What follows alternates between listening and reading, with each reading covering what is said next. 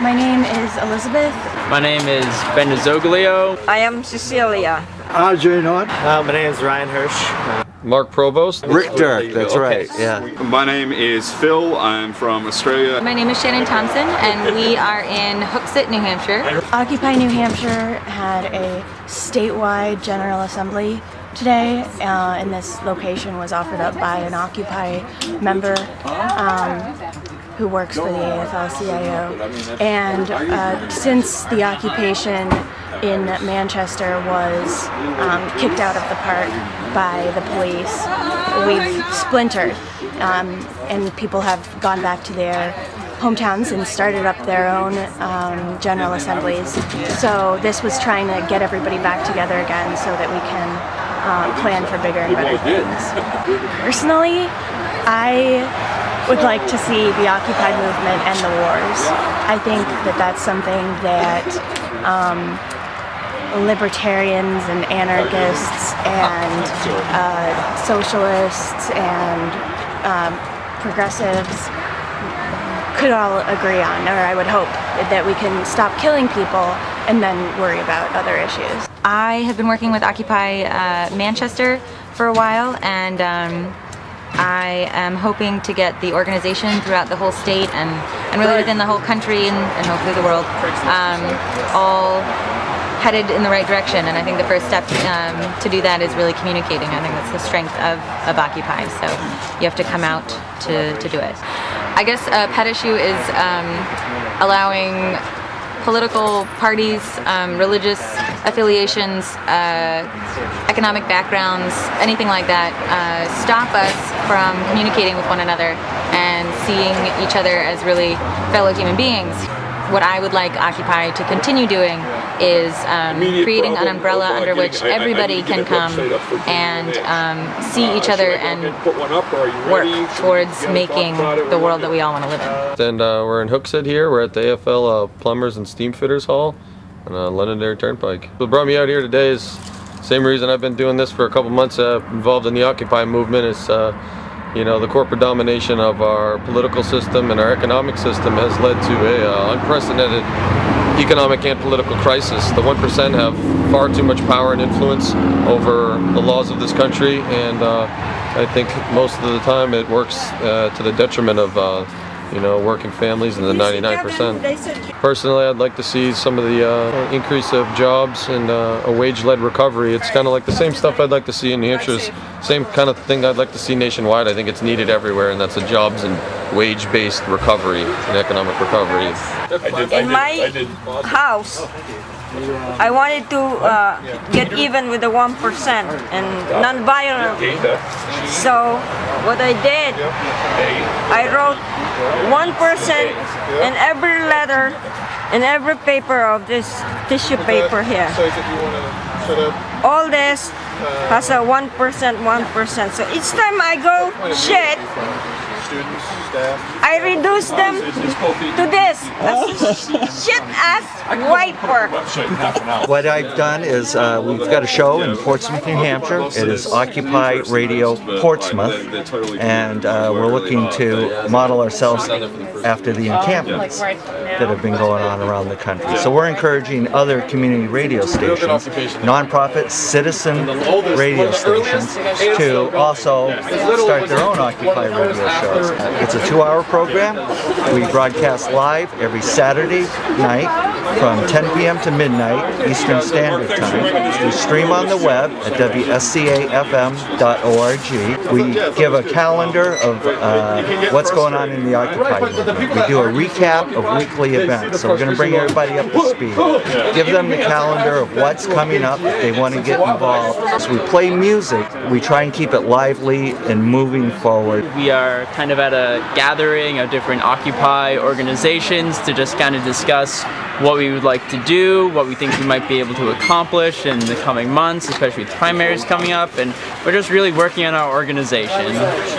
I would like to see us be able to use our resources better, for what we think we want to do across the state. We need to communicate, we need to get people together. I know what I think I'd like to see done, but I just want to do what's best for the Occupy movement. Marriage equality, I think that's the new, essentially like civil rights moving forward for our country. I think it's kind of stalled right now, and we need to kind of jump back on the bandwagon and realize, hey, wait, we're not really a free country as much as we think we are, because if you look through our time, it's always been America the free, and then it's like, oh wait, except you're enslaving these people. America the free, oh yeah, except you're putting these people down. Okay, so I think we are moving towards more freedom, and that's kind of where I would like to see us move forward personally, but that's just not what the Occupy movement is about. If we decided, let's adopt that, alright, but for me personally, that's what I would like to see change for the country. We're in Hookset, New Hampshire. Well, I've been doing a show called New Hampshire Events for years, every week. I cover the presidential primary, and I've been covering this since 1996. I came to the conclusion about 2 years ago that there was no one that I wanted to vote for. There was no one in the future I wanted to vote for. I was born in 1939, and I had never worried about the middle class. Through the 40s, through the 50s, and 60s, 70s.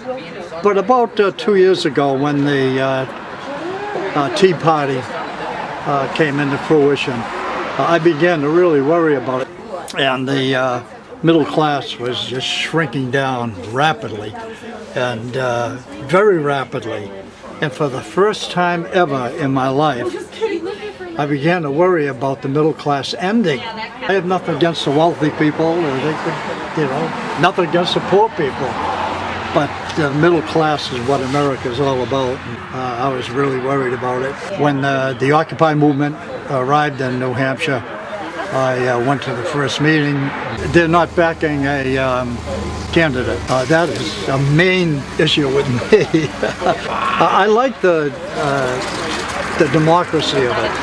And the democracy is terrible to do. Today was an example of it. A whole bunch of people trying to come to certain resolutions on certain problems, and still staying very democratic, and that is very difficult to do. We were doing what Thomas Jefferson did, and it is frustrating. It is sloppy. It is just so tedious, but it is great. I've just been attending the statewide conference, or first statewide GA for New Hampshire. I was really impressed. I thought consensus was actually reached in a fairly fluid manner. There were a lot of viewpoints expressed. I was pleased to be able to participate in it as well as film it. So I thought it was a very positive experience and possibly set the groundwork for future actions and future conferences to be held and general assemblies to be held. It's great to see the level of commitment and the actual level of skills and articulate nature of the people who attend. If you go to each different Occupy, they've each got a different characteristic. I think it's amazing the commitment level of people coming from all over the state, right? And then returning to the state next week, I believe, in order to start planning direct actions to do with the primaries. My favorite pet issue. Okay, massive economic inequality leading to complete domination of the political, social, media, economic, and all other spheres on the planet that we're desperately trying to call attention to and modify. Everyone here is here on a voluntary basis. I mean, if you disagree with something here, feel free to voice it. I do. If I don't agree with something, I'm not going to go through with it, and I'm going to let people know that I disagree. And I'm actually one of the people who mic checked Obama. I signed on knowing full well that I could actually be arrested. And I have no police record, and I really was conflicted with giving that away and actually having a police record for something. But it was just something that was such an important message that I wanted to get out there. Okay, Ryan, 10-second pitch of your favorite pet issue. I don't even need 10 seconds. Apathy. I'm tired of it.